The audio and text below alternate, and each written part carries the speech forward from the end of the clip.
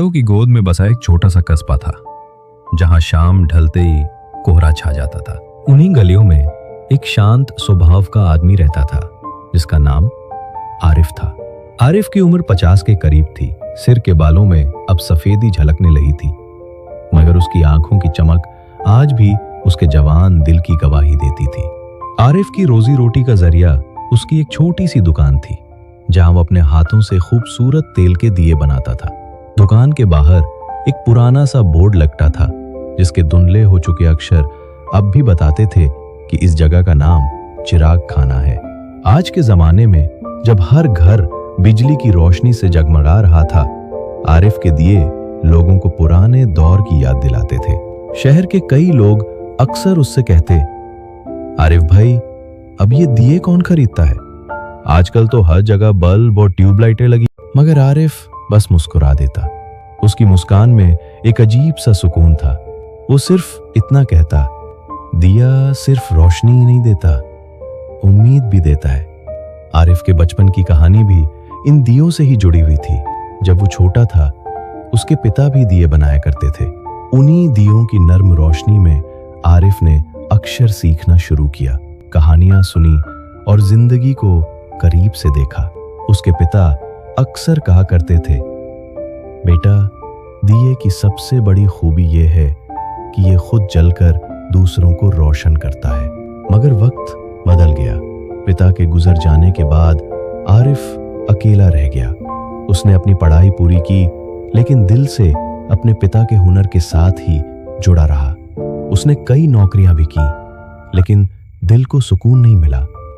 आखिरकार उसने तय किया कि वो फिर से उसी पुरानी दुकान को खोलेगा और दिए बनाने का काम करेगा। जब आरिफ ने अपनी दुकान दोबारा खोली तो शुरुआत में उसे बहुत मुश्किलों का सामना करना पड़ा। महीने के आखिर में कभी इतने पैसे नहीं बचते थे कि वो चैन से 2 वक्त की रोटी भी खा सके। लोग आते, दियों को देखते और फिर बिना खरीदे चले जाते। कुछ लोग हंसकर कहते, ये पुरानी चीजें आजकल कौन खरीदता है? आरिफ के पास ना तो विज्ञापन के लिए पैसे थे, ना ही कोई बड़ी दुकान थी और ना ही ग्राहकों की लंबी सूची। मगर उसके पास एक चीज थी, सब्र और यकीन। एक रात जब वो देर तक दुकान में बैठा दियों पर पॉलिश कर रहा था, उसने आसमान की तरफ देखा और सोचा, अगर मेरे बनाए हुए दियों में से एक भी किसी के अंधेरे घर को रोशन कर दे तो यही मेरे जीने का मकसद काफी है। यही सोचकर वो हर दिया दिल से बनाता। उसके बनाए हुए हर दिए में उसकी मेहनत और लगन साफ नजर आती थी। एक दिन कस्बे में बाहर से एक अजनबी आया। उसका नाम सलमान था। वो एक फोटोग्राफर था जो पुरानी चीजों की तस्वीरें खींचकर एक मैगजीन में छापता था। उसकी नजर आरिफ की दुकान पर पड़ी, जहां रंग बिरंगे दिए बड़े सलीके से सजे हुए थे। सलमान दुकान के अंदर आया और बोला, क्या मैं इन दियों की तस्वीरें ले सकता हूँ? आरिफ मुस्कुराया और बोला, जरूर।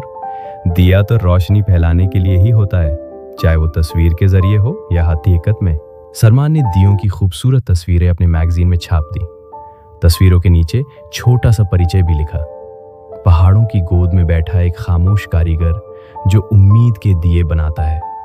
जैसे ही ये लेख छपा, कस्बे के बाहर से भी लोग आरिफ की दुकान पर आने लगे।